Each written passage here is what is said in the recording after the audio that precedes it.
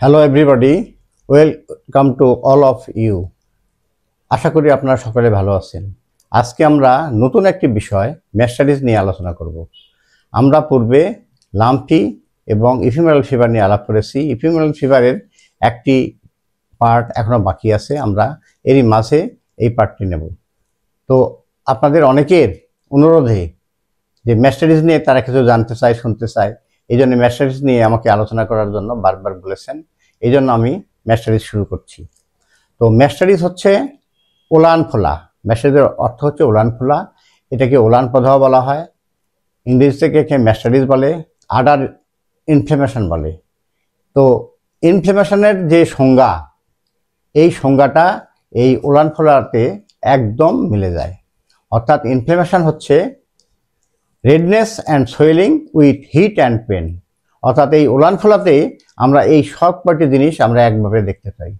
ওলান এমনভাবে ফুলে যায়, এটা ফুলে লাল হয়ে যায়, এটা অনেকটা বড় হয়ে যায়, ফুলে অনেকটা বড় হয়ে যায় এবং লাল হয়ে যায়। এটাতে প্রচুর হিট আসে, অর্থাৎ হাত দিলে আমরা গরম অনুভব করি এবং হাত দিলে ব্যথা পায়। এই জন্য গাভী খাওয়া বন্ধ করে দেয়, দুধ দোয়াতে দেয় না। এইটাই আমরা কিন্তু এই ম্যাস্টারিজটা বুঝতে পারি। অর্থাৎ এই ম্যাস্টারিজটা চেনা বা বুঝতে পারা আমাদের জন্য অতি সহজ। তো একটা গাভী দুধ দিচ্ছে, সুন্দর দুধ দিচ্ছে, 15 লিটার 20 লিটার দুধ দিচ্ছে, হঠাৎ করে দেখা গেল যে তার ওলান খুলে গেছে। আমরা কখন বুঝতে পারি?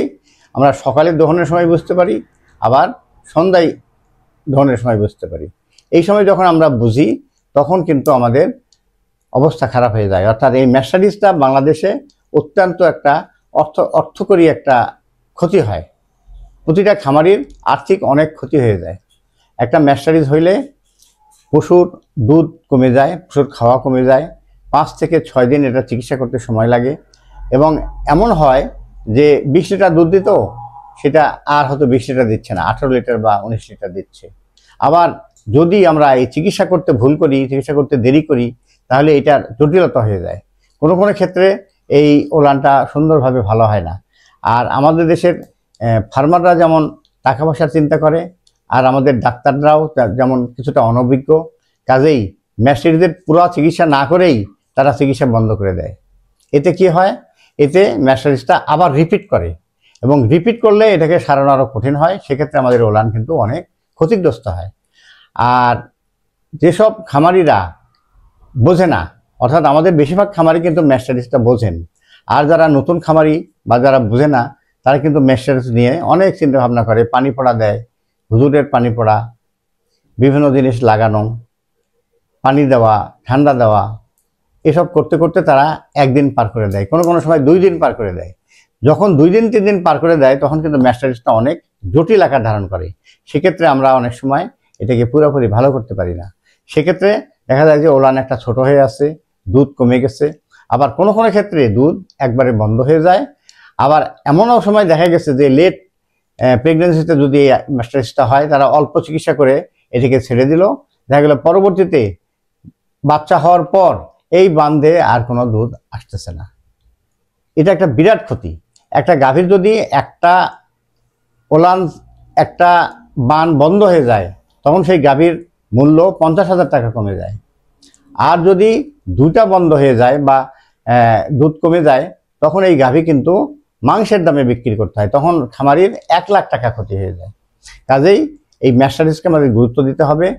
আর এই ম্যাস্টারিজকে আমাদের জানতে হবে যে কেন ম্যাস্টারিজ হচ্ছে এবং কিভাবে এটার প্রতিকার করা যাবে, কিভাবে এটাকে বন্ধ করা যাবে। তো সেক্ষেত্রে আমরা গাভীর ওলান নিয়ে কথা বলবো। আমাদের বাংলাদেশে আমরা সাধারণত গাভীর দুধের উপরে নির্ভর করে থাকি এবং এই ক্ষেত্রে আমরা গাভীর ম্যাস্টারিজ নিয়েই আলোচনা করছি। তো গাভীর ওলানের 4টি প্রকোষ্ঠ থাকে। এটাকে বলা হয় ইংরেজিতে কোয়ার্টার, এবং একটি কোয়ার্টারের সাথে আর একটি কোয়ার্টারের কোনো মিল নাই, অর্থাৎ সম্পূর্ণ আলাদা। অর্থাৎ ম্যাস্টারিজ যখন হয় সাধারণত একটা কোয়ার্টারে হয়ে থাকে। এই কোয়ার্টারে হইলে আমরা বাকি যে 3টি কোয়ার্টার, এই 3টি কোয়ার্টার কিন্তু ভালো থাকে। সেখানে দুধ কমে যেতে পারে কিন্তু সেই দুধগুলো কিন্তু ভালো। আর আমরা এক্ষেত্রে কি করব? আমরা এই কোয়ার্টারের দুধ কিন্তু আমরা টোটাল দুধের সাথে মিশাবো না, আর আমরা এই কোয়ার্টারের চিকিৎসা করব। তো চিকিৎসার ক্ষেত্রে বলি যে এর পরিচর্যাটা প্রথম।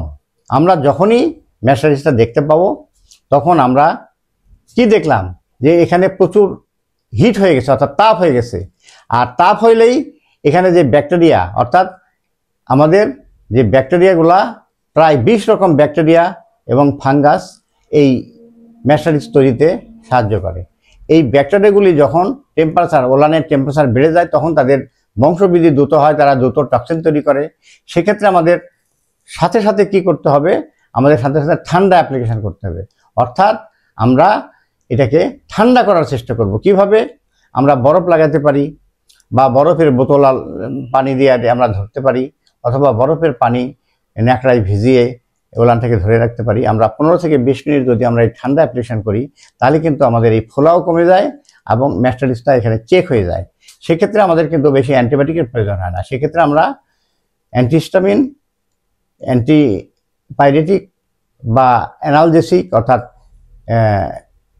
ব্যথানাশক দিয়ে এবং কিছু পাউডার পাওয়া যায়, এই পাউডার দিয়ে আমরা প্রাথমিক চিকিৎসা করতে পারি। তো আমরা আজকের এই আমার এই সেশনের শেষে আমরা শুধুমাত্র স্বাভাবিক চিকিৎসা নিয়ে আলাপ করব। তো এখন দেখা যায় যে ম্যাস্টাইটিসে ম্যাস্টাইটিসটা কয় রকমের হয়। ম্যাস্টাইটিসটা সাধারণত 3 রকমের হয়, যেমন অ্যাকিউট, পার অ্যাকিউট এবং ক্রনিক। অর্থাৎ তীব্র, অতি তীব্র এবং ক্রনিক। অর্থাৎ যেটা ম্যাস্টাইটিসটা হচ্ছে, ওলান ফুলতেছে কিন্তু এটা স্বাভাবিকের মধ্যে আছে, এটাকে বলা হচ্ছে অ্যাকিউট। পার অ্যাকিউট হচ্ছে এটা অত্যধিক, অর্থাৎ ওলানটা দেখা যাচ্ছে যে 3 গুণ 4 গুণ বেশি হয়ে গেছে, এটাকে বলা হয় পার অ্যাকিউট। এবং পার অ্যাকিউট এবং অ্যাকিউট ম্যাস্টাইটিসই আমার ক্ষেত্রে আমার মনে হয় ভালো। কেন? এটাকে আমরা সহজে বুঝতে পারি, ধরতে পারি এবং এটার চিকিৎসা দিতে পারি। আর যেটা ক্রনিক ম্যাস্টাইটিস, এটা কিন্তু বোঝা অত সহজ না। যদি নিজের গাভী নিজে থাকে কেউ, তাহলে সে বুঝতে পারবে যে আমার গাভীর কোনো প্রবলেম হচ্ছে, গাভী একটু নড়তেছে, মাঠে একটু ব্যথা লাগতেছে, দুধ একটু কম হচ্ছে। তখন তারা যদি বলে, অর্থাৎ দহনকারী যদি বলে যে ম্যাস্টাইটিস হয়েছে, তখন কিন্তু আমরা চিকিৎসা করতে পারি। না হলে গাভীর মালিক এটা বুঝতে পারে না এবং সেক্ষেত্রে আমাদের অনেক ক্ষতি হয়ে যায়। আস্তে আস্তে আস্তে আস্তে দুধটা কমতে থাকে, কমতে কমতে কমতে কমতে একসময় এটা বন্ধের মতো হয়ে যায়। গাভীটাকে যখন আমরা এটাকে গর্ভাবস্থায় দুধ বন্ধ করে দেই, তখন পরবর্তীতে দেখা যায় যে এই বান্ধে আর কোনো দুধ আসতেছে না। কাজেই ক্রনিক ম্যাস্টাইটিসটা অনেক খারাপ। তো ম্যাস্টাইটিসের কারণগুলি আমরা এখানে সংক্ষেপে আলাপ করতে চাই। ম্যাস্টাইটিসের কারণ হচ্ছে যে জীবাণু, ব্যাকটেরিয়া এবং মাইক্রোপ্লাজমা জাতীয় এবং অন্যান্য জীবাণু দ্বারা এটা হয়ে থাকে। 20টির উপর ব্যাকটেরিয়া এই ম্যাস্টাইটিস তৈরি করতে পারে। আর কি কারণে হতে পারে? ওলানে যদি অধিক সময় দুধ থাকে, অর্থাৎ আমি হয়তো অভ্যাস করেছি যে 2 বেলা সেঁকবো, সকাল এবং বিকাল। দেখা গেল যে বিকালবেলা আমার অন্যান্য কাজ বা যে কোনো কাজের জন্য বিকালে সেঁকতে পারলাম না, তাহলেও কিন্তু এখানে ম্যাস্টাইটিস হতে পারে। আবার দেখা যাচ্ছে যে কোনো কারণে দুধ হয় 10 লিটার, গাভী নড়লো বা হলো, তখন দেখা গেল যে 7 লিটার 8 লিটার দুধ হচ্ছে, 2 লিটার আসলো না। যদি বাছুর দিয়ে না খাওয়ানো হয় তাহলে এই 2 লিটার দুধ যে ওলানে জমা থাকলো, এই 2 লিটার দুধ দীর্ঘ সময় থাকার পর পরবর্তী দহনের আগে দেখা যাবে যে গাভীর ম্যাস্টাইটিস হয়ে গেছে। তো সাধারণত এই 2 প্রকারে হয়। আর কিছু কারণে হয়, সেটা বিবিধ কারণ। এই বিবিধ কারণগুলি অনেক, আমরা একটা একটা করে সেটা বলতে পারি। যেমন ঋতু পরিবর্তন, অর্থাৎ হঠাৎ করে দেখা যাচ্ছে যে হঠাৎ করে ঠান্ডা নেমে গেল, হঠাৎ করে গরম হয়ে গেল, হঠাৎ করে আবহাওয়াটা পরিবর্তন হয়ে গেল। এটা কিন্তু গাভীর শরীরের সাথে অ্যাডজাস্ট হয় না, অর্থাৎ স্ট্রেস কন্ডিশন তৈরি হয়। এই স্ট্রেস কন্ডিশনে দেখা যায় যে হঠাৎ করে আজকে আবহাওয়াটা অনেক গরম হয়ে গেছে, দেখা গেল যে আমি 5টা 7টা কল পাইলাম যে সবগুলো ম্যাস্টাইটিস হয়েছে। এটা কিন্তু ঋতু পরিবর্তনের কারণে এবং আবহাওয়া পরিবর্তনের কারণে। আর কি হয় যে বিভিন্ন রোগে আক্রান্ত পশুটা যদি আমার বিভিন্ন রোগে আক্রান্ত হয়, যেমন সবচেয়ে বড় খারাপ অসুখ হচ্ছে অ্যানাপ্লাজমা, থাইলেরিয়া। এইসব রোগে আক্রান্ত থাকলে গাভী দিনে দিনে দিনে দিনে দুর্বল হয়ে যায়। দুর্বল হইতে হইতে একসময় দেখা যাচ্ছে ম্যাস্টাইটিস হয়ে গেল। আবার খুরা রোগ হইলে দেখা যায় যে গাভীর অনেক সময় ওলানেও এই ঘা হতে দেখা যায়, বাটে ঘা হতে দেখা যায়। তখন গাভী ঠিকমতো সেঁকতে পারি না, ছেঁকা যায় না, গাভী কষ্ট পায়।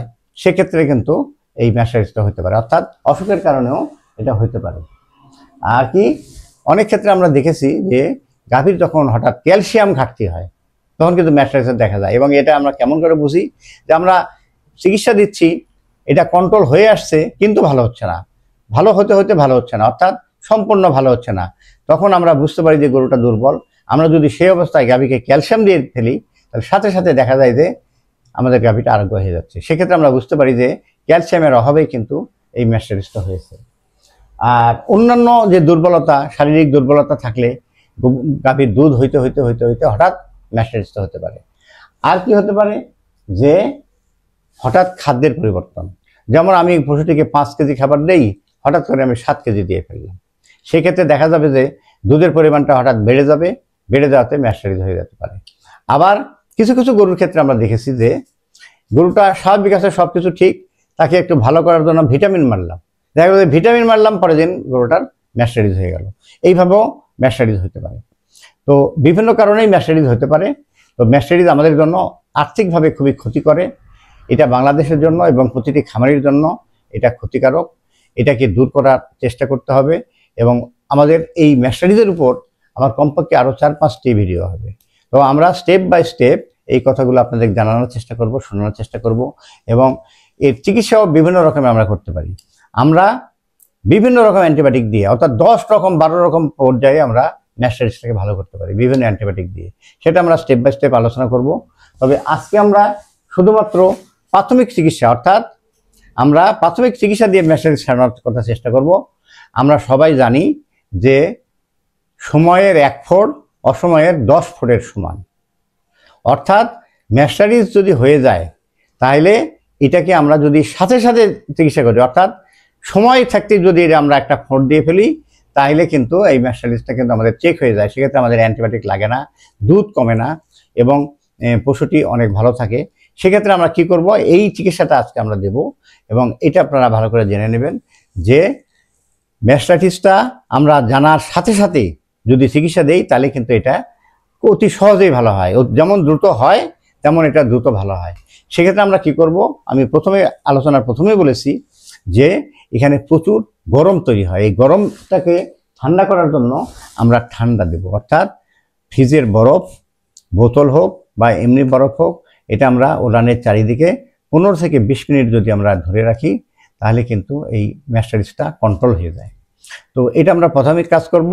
আর দ্বিতীয়ত, যেহেতু ওলানটা আমাদের ফুলছে, সেহেতু আমাদের অ্যান্টিহিস্টামিন ব্যবহার করতে হবে। একটু হাই মাত্রায় আমরা অ্যান্টিহিস্টামিন ব্যবহার করব।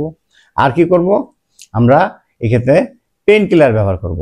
বিভিন্ন কোম্পানির পেন কিলার আছে। এই পেন কিলার দিলে এই অ্যান্টিহিস্টামিনের সাথে সহযোগী হিসাবে এরা যেমন ব্যথা নিরাময় করে, তেমনি ওলানটাকে সংকুচিত করতে, অর্থাৎ আগের পজিশনে নিয়ে যেতে সাহায্য করে। এর পাশাপাশি আমরা কি করব, যে আমরা কোনো অ্যান্টিবায়োটিক, বর্তমানে কিন্তু বাংলাদেশ সরকার অ্যান্টিবায়োটিকের এগেনস্টে, অর্থাৎ দুধে কোনো অ্যান্টিবায়োটিক থাকুক এটা চায় না। সেক্ষেত্রে আমরা অ্যান্টিবায়োটিক ছাড়াই যাতে ওলান ভালো হয় সেটা চেষ্টা করব। সেক্ষেত্রে আমরা কি করব, আমরা এই ওলানটাকে ভালো করার জন্য বিভিন্ন রকম প্রতিরোধী ঔষধ পাওয়া যায়, পাউডার জাতীয়। এই পাউডারগুলি আমরা ব্যবহার করতে পারি, যেমন নোম্যাস্টিক প্লাস, প্রোমাস্ট, ম্যাস্টিলো, পিনেক্স, ম্যাস্টিনর, ম্যাস্টিচেক, আডার চেক, ম্যাস্টিরেন, ম্যাস্টি 29, আডার হেলথ ইত্যাদি। এই ওষুধগুলি যদি আমরা ডোজ মতো ব্যবহার করি, তাহলে কিন্তু আমাদের ম্যাস্টারাইটিসটা প্রতিরোধ হয়, আমাদের গাভীর দুধ কমে না, খামারি যেমন লাভবান হবে, আমাদের বাংলাদেশও তেমনি লাভবান হবে। তো এইভাবে আমরা প্রাথমিকভাবে আজকে আমরা ম্যাস্টারাইটিস সম্বন্ধে বললাম। আপনারা পরবর্তীতে আমার যে ইপিমেরাল ফিভারের একটি পর্ব আছে, সেই পর্বের পর আবার ম্যাস্টারাইটিসের যে পর্বগুলি আমরা ধারাবাহিকভাবে আলোচনা করব। ততক্ষণ আপনারা সুন্দর থাকুন, সুস্থ থাকুন। সবাইকে ধন্যবাদ।